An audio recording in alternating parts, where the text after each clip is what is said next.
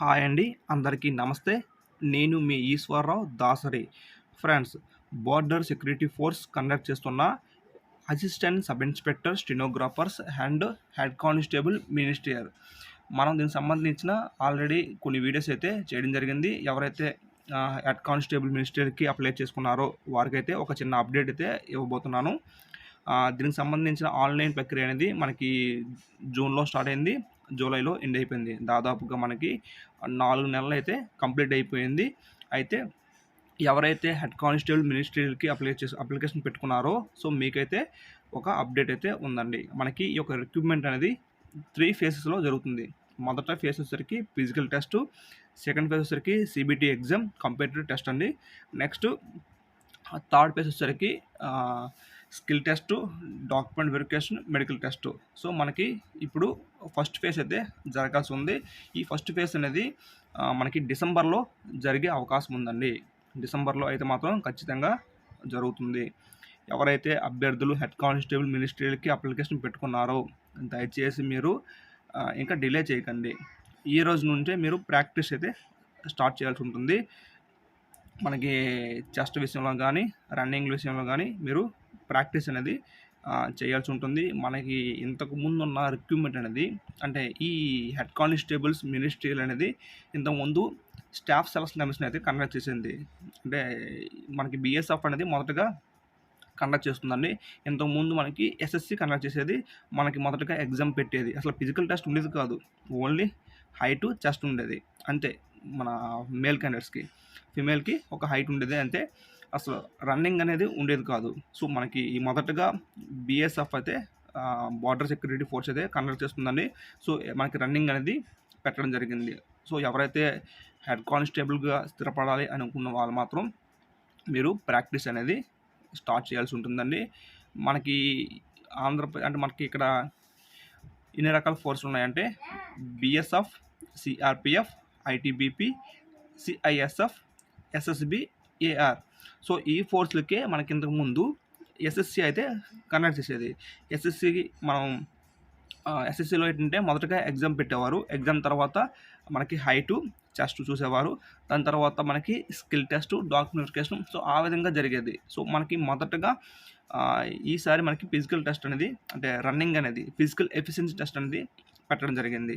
So ఎవరైతే అభ్యర్థులు ఉన్నారో అది గ్రహించి మీరు రన్నింగ్ అనేది స్టార్ట్ చేయాల్సి ఉంటుంది. మనకి డిసెంబర్‌లో అయితే 100కి 100% అయితే డిసెంబర్‌లో ఫిజికల్ టెస్ట్ అనేది జరగబోతుందండి. ఎవరైతే ఇంకా డిలే చేస్తున్నారో ఫిజికల్ టెస్ట్‌కి ప్రిపేర్ అవ్వలేదో మీరు దయచేసి స్టార్ట్ చేయండి. అయితే మన ఆంధ్రప్రదేశ్ అభ్యర్థులకి అండ్ తెలంగాణ అభ్యర్థులకి ఫిజికల్ టెస్ట్ ఎక్కడ జరగబోతుంది. సో ఇక్కడ సెంటర్ ఆఫ్ ఎగ్జామినేషన్ ఇక్కడైతే క్లియర్‌గా ఇవ్వడం జరిగింది.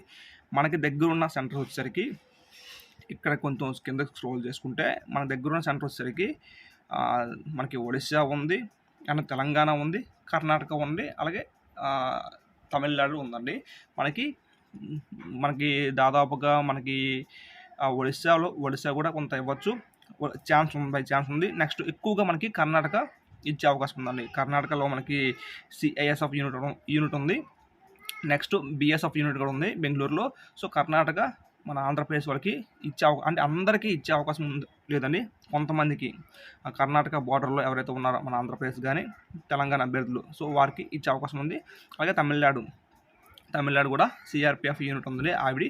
సో అక్కడ ఇచ్చే అవకాశం ఉంది. నెక్స్ట్ ఇక్కడ తెలంగాణలో అయితే మనకి సిఆర్‌పిఎఫ్ యూనిట్ ఉందండి. చంద్రాయణగుట్ట మీకు చూపిస్తాను చూడండి. తెలంగాణలో అయితే తెలంగాణ అభ్యర్థులకి కొంతమందికి ఇచ్చే అవకాశం ఉంది. ఇదిగోండి Telangana group centre CRPF Chandrayangutta. Maximum మన ఆంధ్రప్రదేశ్ కొంతమంది అభ్యర్థులకి తెలంగాణ ఇచ్చే అవకాశం ఉంది. అందరికీ మరి ఎవరైతే ఆంధ్రప్రదేశ్ అభ్యర్థులు అందరికీ అక్కడ ఇస్తారని గ్యారంటీ అయితే లేదు. మ్యాక్సిమం కొంతమంది అభ్యర్థులకి తెలంగాణ ఇస్తారు. సో తెలంగాణలో ఉన్న అభ్యర్థులు కూడా తెలంగాణ ఇస్తారని లేదండి. మనకి తెలంగాణకి బార్డర్ ఏముంది, కర్ణాటక ఉంది. సో కర్ణాటక ఇస్తాడు.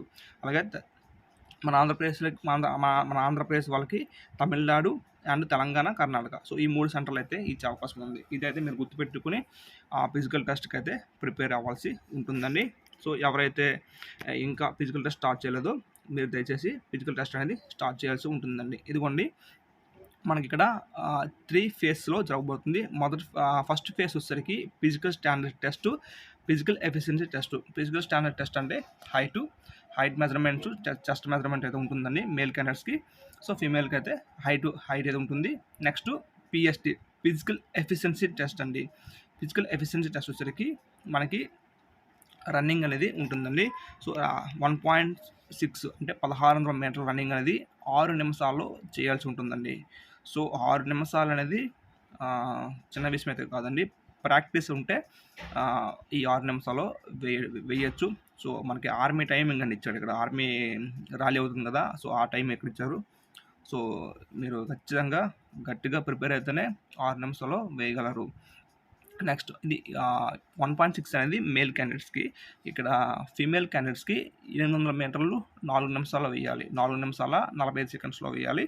సో, ఫీమేల్ క్యాండిడేట్స్‌కి అయితే టైం అనేది బాగానే ఉంది.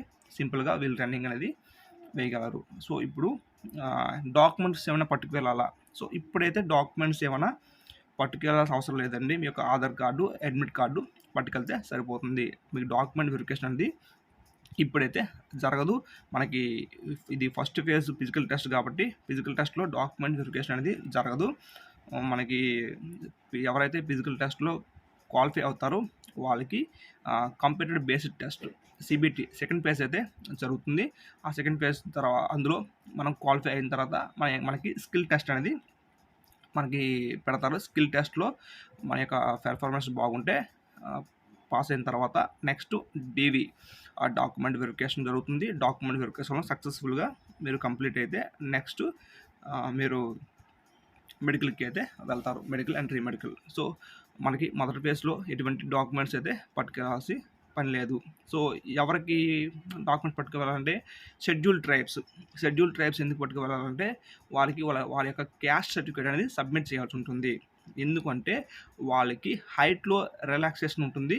సో, మీరైతే పట్టుకెళ్ళాల్సి ఉంటుంది. ఎవరైతే షెడ్యూల్డ్ ట్రైబ్స్ ఉన్నారో మీరైతే అక్కడ మీరు హైట్‌లో రిలాక్సేషను అండ్ చెస్ట్‌లో మీకు రిలాక్సేషన్ ఉంటుంది కాబట్టి మేల్ క్యాండిడేట్స్ ఉన్నారు కదా! సో, మీరైతే మాత్రం ఖచ్చితంగా మీ యొక్క షెడ్యూల్డ్ ట్రైబ్ క్యాస్ట్ అనేది పట్టుకెళ్ళాల్సి ఉంటుంది. మిగతా క్యాస్ట్‌ల వారు ఓబీసీ గాని, ఎస్సీ గాని, ఈడబ్ల్యూఎస్ క్యాండిడేట్‌లు ఎవరు కూడా పట్టుకెళ్ళాల్సిన అవసరం లేదు. షెడ్యూల్డ్ ట్రైబ్స్ అయితే పట్టుకువెళ్ళాలి. Scheduled tribes male and female. And female కూడా హైట్‌లో రిలాక్సేషన్ ఉంది కాబట్టి మీరు క్యాస్ట్ అనేది పట్టుకెళ్ళాల్సి ఉంటుందండి. ఇదండి ఈ వీడియోలో. సో, ఇంకా ఎవరైతే ప్రాక్టీస్ చేయకుండా డిలే చేస్తున్నారో దయచేసి మీరైతే ప్రాక్టీస్ అనేది స్టార్ట్ చేయండి. మనకింకా గట్టిగా ఎన్నో రోజులు లేదు. మనకి ఆల్రెడీ నవంబర్ అనేది మిడిల్‌లోకి వచ్చింది. ఇది ఒక 15 రోజులు వేసుకున్నా మనకి డిసెంబర్‌లో మంత్ ఎండింగ్‌కి స్టార్ట్ చేస్తే మ్యాక్సిమం ఒక 1 మంత్ ఉంది. 1 మంత్‌లో ప్రాక్టీస్ అనేది మీరు గట్టిగా హార్డ్‌గా చేస్తే మీరు ఈ జాబ్‌కి సెలెక్ట్ అయితే అవుతారండి. సో, ఇంకో అప్డేట్‌తో మళ్ళీ మీ ముందుకు వస్తాను. Thank you friends. అందరికీ ఆల్ ది బెస్ట్.